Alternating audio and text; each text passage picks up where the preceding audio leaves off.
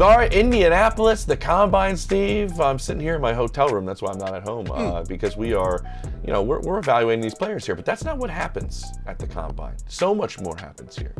There are times when I've been at the Combine, or I actually need a vacation from the Combine because you're up so late gathering information. I'm exhausted. Catching up with old buddies or hearing coaches. Or at times, there's a lot of unemployed assistant coaches, position coaches who are going and interviewing for jobs. So it becomes literally a convention or job interviews, and it's pretty cool. But at the same time, it can be exhausting because you're running 16, 17-hour days, and a lot of it is walking and talking and walking, and then later following up on those quick conversations. Now you're at prime talking and you look up. Man, there have been times I've been talking to coaches. Bro, I look up, it's 3 a.m. Oh, easy. Every single night. That's why it's every night this year again. It never stops. But the part that's interesting, all of the coaches do not come anymore here. They're not in a hotel with great curtains. Really? They're not in, the JW or the Westin or the Marriott or wherever, the Omni. Hyatt. They're all right there in a row, right there in Maryland. I'm seeing a transition here, and I want your take because you've been to the Combine a million times. I was talking to a couple of head coaches. Yep. You have these guys that coached on staffs together and spent every waking hour together, and now they're on different staffs. They get to meet up. They get to see each other. There's all this camaraderie. It's the only event in the NFL where everybody in the league is in the same place at the same time. But you have the Sean McVay group. You have the Kyle Shanahan group that say, we don't need to come anymore. And they're not coming. And the Rams don't come. And the Niners don't come. And now their trees are not coming. The Jaguars did not come to the Combine. You don't see James Gladstone here and Liam Cohen. And they're using their time to go over film not at the Combine. I've talked to a couple of prominent head coaches this week, Steve, that have said this might be my last Combine. What I'm interested in your opinion is these head coaches I'm talking to, and Sean McVay's that group, and now Kyle doesn't come, we don't get much out of the Combine. My pushback on that would be what you said. All the assistants. Guess what? Kyle Shanahan and Sean McVay didn't get to where they're at by not going to the Combine and networking and talking to people and growing. And it's a job fair, essentially. So now that they're at the top, it's interesting that now their whole staffs don't come to the Combine and get that opportunity. That's what I was going to ask. People. The whole staff? Their staffs don't come. Les Snead does not come. What about scouts? And do the scouts come or just? It varies. Both of them don't send everybody, and not even close. What do you think about that? Man, that's interesting. I'm baffled. I'm baffled because a lot of the scouts are not allowed to talk to the players. So regional scouts and area scouts go to these schools. So if a team is playing on Saturday, that regional scout or area scout will go to that school and look at the tape from that night, the night before, in the school with the coach there, and they'll watch the film and do their evaluations of these players that they have highlighted or talked about, or they try to, they check off the box as a plus or minus. They figure out, how is this kid conduct himself on campus, in meetings, all of that stuff. Then they've gone and talked to guys' roommates, right? They get familiar with the player. Now, what I find interesting is there are times where these guys also, the Combine is a place where they fill in the blanks that they can't get by talking to the individual. So, yes, I understand that you can bring your prospect into, right? Each player has so many player visits they can do. But I think it's invaluable sometimes to if you don't get a player in the room, in his environment, knowing that he has to answer questions, get up there and see if he can write plays or retain information. I think it's important. Obviously, these guys, they know what they're doing. But to not have any staff there, I find that interesting because it's probably the only place where you get complete access to literally any player you want in that's coming out in the draft, right? There's 44 or 48, can't remember which 40 it is, of wide receivers that will be participating on Saturday, running routes and all that stuff, right? The quarterbacks are the only ones who get the invite because they just need some arms. Where the wide receivers, they don't need just some guys to run routes. They want to see a guy run a route, see it, does he drop his hips? Can he create free access? Does he have any wasted movement? And you're saying, I'm just going to watch it on TV like everyone else, where sometimes, even on TV, you got to be, I prefer, sometimes I want to see a guy. Does he have wasted steps? Is he lined up here where he has to realign before he goes, all of that stuff, and now you're going to say you're just going to watch film. I'm not them, and obviously I haven't won a Super Bowl. I haven't done any of those things. However, the combine is probably the only place where you get really, it's tangible. You get to touch it, feel it, and see and get a real good sense of that individual to then lead you to the next step of, let's see, is the second interview. When we bring them into the team visit, was that just where he was prepped? Because first impressions can make or break you, right? I've heard, and people have shot in the comments at times where, oh, Steve, why are you spreading rumors? I'm not spreading any rumors. I've actually heard from coaches say, hey, man, we interviewed this kid, and I didn't like him. I didn't like how and what he said. There was just, or they say, there's just something about him that doesn't make sense to me. And you can go back in history and say some of those people where they go, red flag, and then they end up doing some things that are red flags that you go, whew, nobody saw that one coming. Yep, exactly. And I see both sides of this coin. There's a couple of head coaches that I talked to that told me, listen, this is the situation I'm in, and tell me if this is productive for me as the head coach. And some of these guys are saying, the GMs still go. They talk to free agents representing those guys, and there's so much other things that go on here at the combine.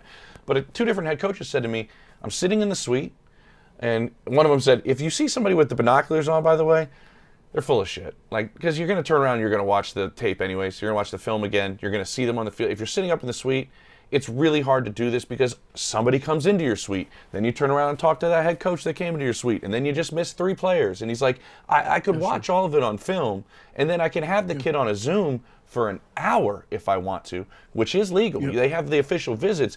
But now that Zoom, after COVID, has become so prevalent, these coaches are telling me, Steve, I get 15 minutes with the kid at the combine. I can do an hour with him on a Zoom, pull up film, watch it together with him, and I can get a little bit there. But then there's other guys, the other side of the coin. When I had this conversation with Dave Canales on Tuesday, he said, but I want to see him face to face. I want to be in the room with him. I want to get the feel for the kid, and I don't get that fully over the Zoom. And I get what Dave's saying, right? So I see both sides of the way these guys are approaching it, but there's a vibe here this year where there's a lot of people that aren't coming. Now, the medical is a big part of the combine, right? That's maybe one of the biggest parts is the medical on the players, and that's never going to change, and that'll always be a big part of the combine. But the attendance varying with teams, I think is going to be interesting. Philly had Howie Roseman and Nick Sirianni talk to their beat in Philadelphia, 40 minutes each before the combine. I think that's a light thing that I'm going to keep an eye on Philly next year to see if they come in full force in terms of a staff. If Nick comes again, well, I don't know. He might be on a hot seat. We'll see. But you see both sides, right? I just think your role in the organization may play a part in it as well. Yeah, you are, but you aren't. These guys already know what they're doing. I love the fact with the general managers, because if I go back and put myself in those shoes, a lot of things have happened and it's still going on. There's a lot of surprises that have come out of the pressers. This episode is sponsored by BetterHelp. I've seen everyone have comments and watch the episode, got a ton of impressive and inspiring messages from people saying that my sit down with Cam Newton on 4th and 1 was exceptional. It gave me an opportunity to really take ownership on my behavior as an older veteran player, but also it gave a great example of the work that I've been able to do over the years to really understand how my mental health has and will affect me as I get older and then through life altogether. The network that BetterHelp has is up to 30,000 credentialed therapists, and they allow you to work around your schedule. There's not a lot of counselors who do Zoom and also work around your schedule, so you can eat lunch and have a salad and also get your mental health ready and get back to work. BetterHelp is helping a ton of people. It's helped me, and hopefully it'll help you. Visit betterhelp.com/89 to get 10% off your first month. That's betterhelp.com/89. But there is the other part, Steve, of this combine, and you've been there for a lot of it on NFL Network. You're standing there on the field. You're watching receiver after receiver go through these drills. It's where the entire league, by the way, players still come up to me and go, Steve was the one that was on Cooper Kupp. Nobody else was. That's why I watch 89. Players still tell me that because you were right there watching receiver after receiver. And I think that part of the combine, I want you to kind of describe to everybody, is still really valuable for evaluators because you're seeing one guy go, then the next guy go, then the next guy go, and it's the only setting where you can just really quickly compare, right? Because they're going right after each other in terms of movement and how they play the position. You got to remember, this is also the year where, the time where John Ross became this household name because of his fast 40, and then Xavier Worthy, where he went there and ran it. So I've had a lot of viral moments just because no filter, just going, yeah, that's good. He just took your job, right? So I think it's a great opportunity to see players, talk to them, hear things. There have been times at the combine, I've had the opportunity to talk with some players or fill in the blank, say, hey, man, I heard this. And so then by hearing that, you approach that player and you ask them a question. And the way they respond, it really tells you a lot about that individual. Yes. Now, it's not always a fair assessment, but again, it's first impressions. Yes. And so you have to go with whatever their answer leaves you.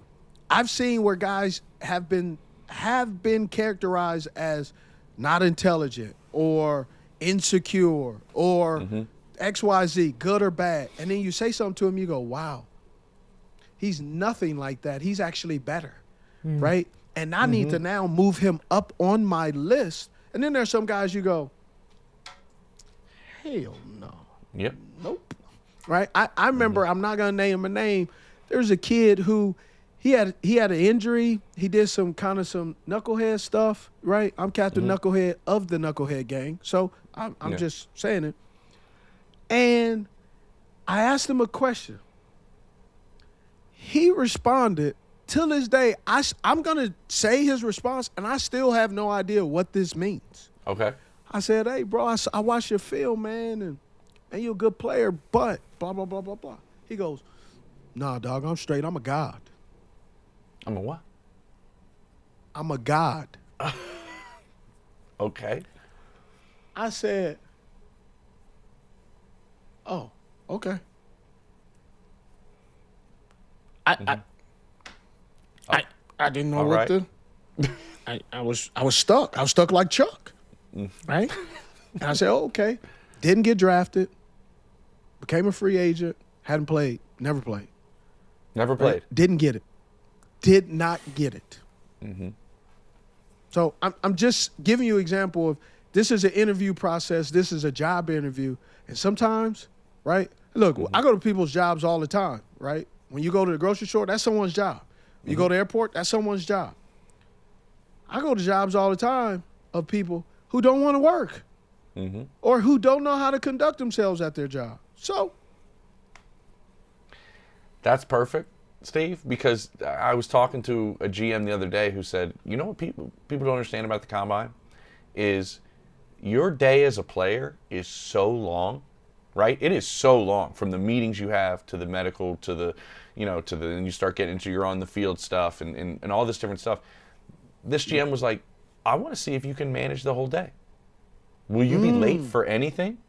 Will you show up to everything There's some on that are time or late early? for everything. Late. There are guys that are late for everything. Like, imagine, it's the biggest job interview of your life, and a team is sitting in a room, and they got 15 minutes with you, and they're going, is he going to be in here? He's on 15 time? minutes late. He's 15 minutes late. Hey, how's it going, coach? Yeah, you can turn around. Your 15 minutes is up, man. Like, we didn't get it. Like, so it was really interesting for him to say, like, listen, I just want to see if you can manage your life. Can you manage all that? Because, and I thought that was really, really interesting because there's so much on your plate this week and so many places you got to be. They're looking at all of that stuff. So there's still value in the combine for sure. But there's a lot of people that are valuing it differently, and I think depending on their role in the organization, maybe that varies. But I still think there's so much value here. It's just interesting to see right now some people are opting not to be here, and I think that group may grow. It's interesting. Well, I think it's telling too. Is you hear over the stories over the years where there are guys who are on a job interview, and they think they're on spring break, where they go in, and I've heard, seen, witnessed, smelled, dudes are smoking weed in a room. Like, it's okay, bro. You gotta take a drug test, bro. Yeah. Yeah. Right. It just like there are some guys who get it, and there are some guys who don't get it and will never get it. Right. Yep. And I say it all the time. Getting money makes you more of what you already are. If you're smart, you're a smart guy with money. You're a turd, just a turd with money. Turd with money. Yeah. Or you're a great guy with money. Or you are, raise my hand, an immature guy that's about to get a whole bunch of money, right? That needs some growth, right? And so I love what the combine can do because it can help some young players that maybe teams don't know about, right? And that's what I'm excited to watch. I'm excited to watch what wide receiver who was maybe in the lower half all of a sudden helps him propel his and push himself up to the top. Now, Jalen Coker did not help himself with the 40, but he put himself on the map and he advanced himself because he did a really good job in some of the other drills. And a shout out to Jalen because I spoke to him. I was at Greg Olson's event. Was awesome. And Jalen goes, hey, did some alum from Holy Cross give you a little bag for to talk about me? Yeah. I said, first of all, I don't take little bags to talk football, so I just need to let you know. Yes. But no, what got me was your film. What intrigued me and drew me in is what you did on your film. And he was able to recite to me. He was like, yeah, when you talked about how I ran that curl against Boston College, I said, man, that's how I evaluate film. So I love the combine as some part of some data that you really don't get, but, man, it's invaluable if you can help and increase. So I think it's dope.